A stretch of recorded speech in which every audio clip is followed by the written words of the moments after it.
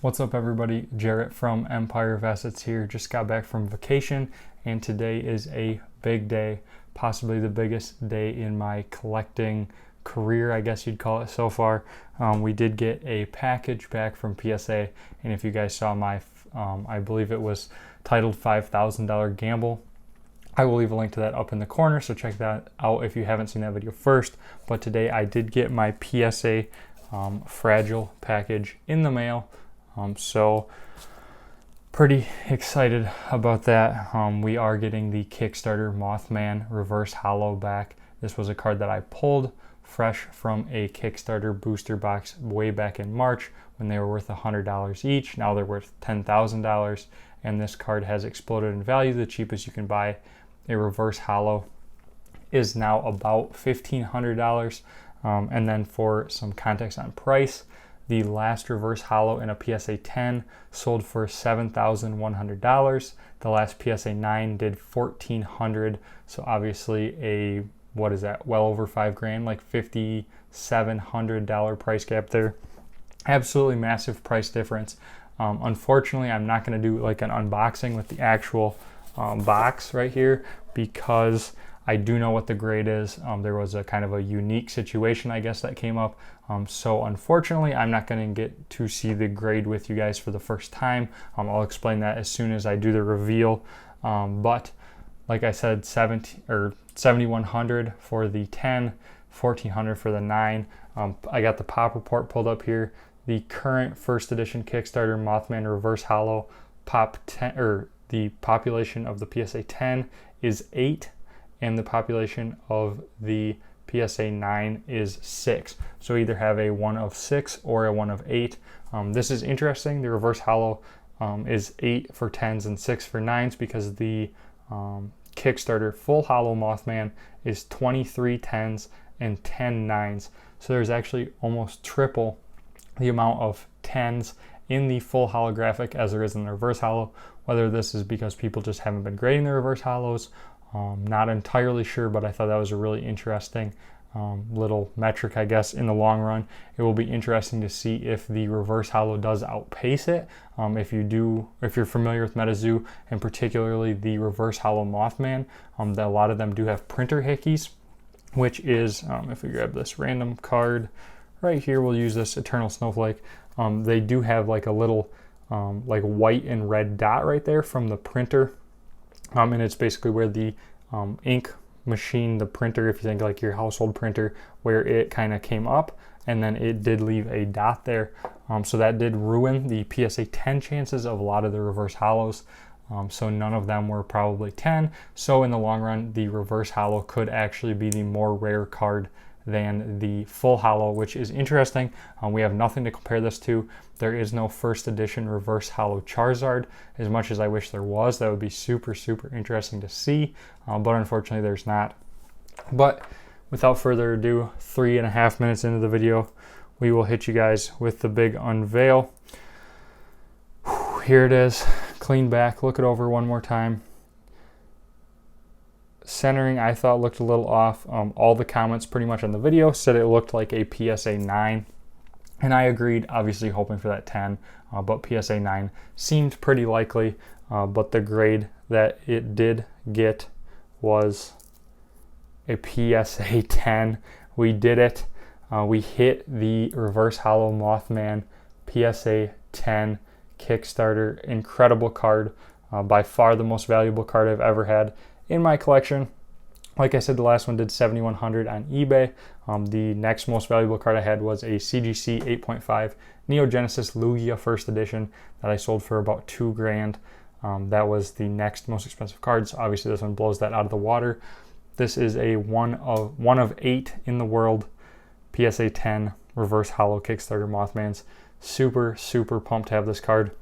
The reason that I did know ahead of time was I did get upcharged on this card, so I sent it in at the $150 service level, and then PSA sent me an email, said you're being upcharged, and of course I was like, why am I being upcharged? I had to look, and it was because the card got the PSA 10, and apparently PSA has been doing their homework on how much Metazoo cards are worth, because I forget what the tier is for the 150, dollar grading service, but it is quite a bit.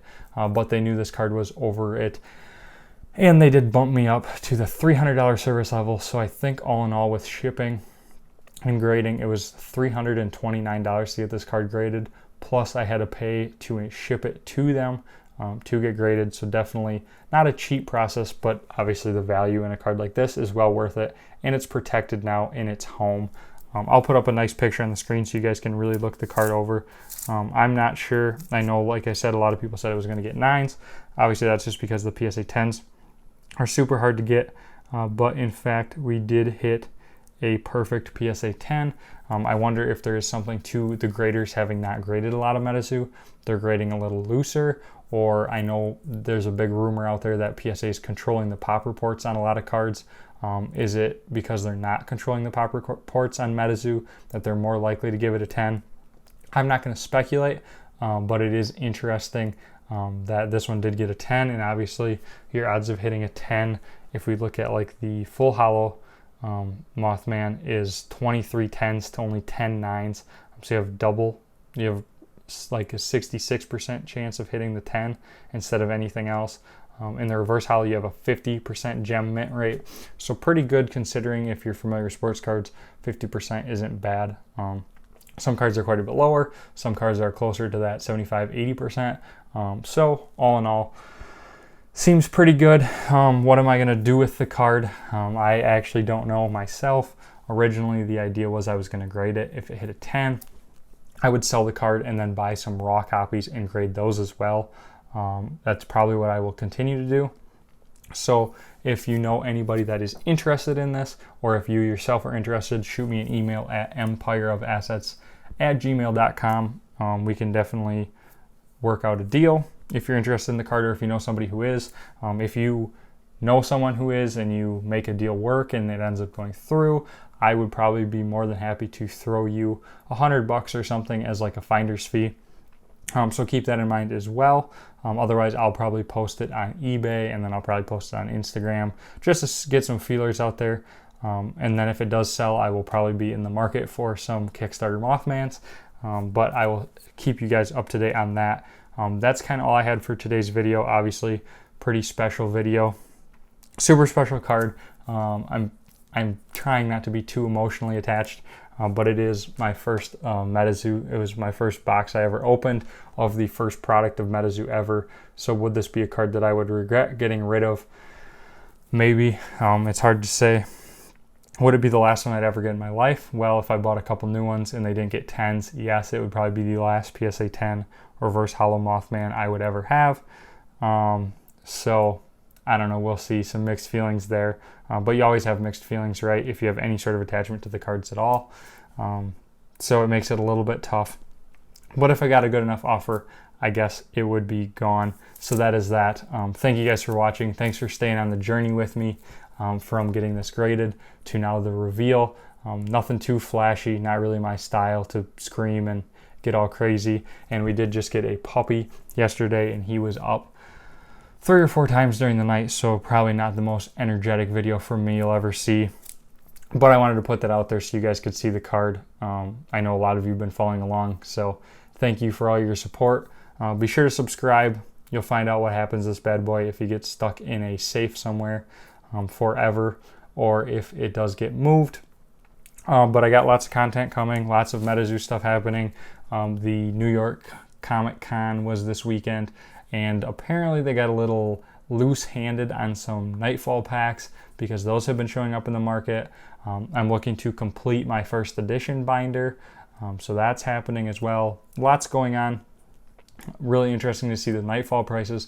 Cards are above my expectations, and my expectations were high, but everything I've seen so far from the cards, they're absolutely beautiful. They have absolutely outdone themselves. I think they look way better than the Cryptid Nation cards. I think Nightfall will be probably the more popular set. Maybe not the more expensive, but definitely the more popular. There's just some absolutely fantastic cards in there, so I will be sure to cover the most expensive cards. I'll do a whole set breakdown as soon as we have that information out. And there is another sort of secret rare card, I believe, like red ink, so it'll be super interesting to see what that is. I'm not 100% sure, but I believe it might be called Nightfall. So don't know how many copies there are, don't know anything about it, but I have seen that teased. If you have any more information about it, let me know down in the comments. Otherwise, be sure to subscribe for all of that content in the future. Like the video if you enjoyed it. Not every day you get to see a $7,000 card. So yeah, pretty exciting. Thanks guys for watching, and I will catch you in the next video.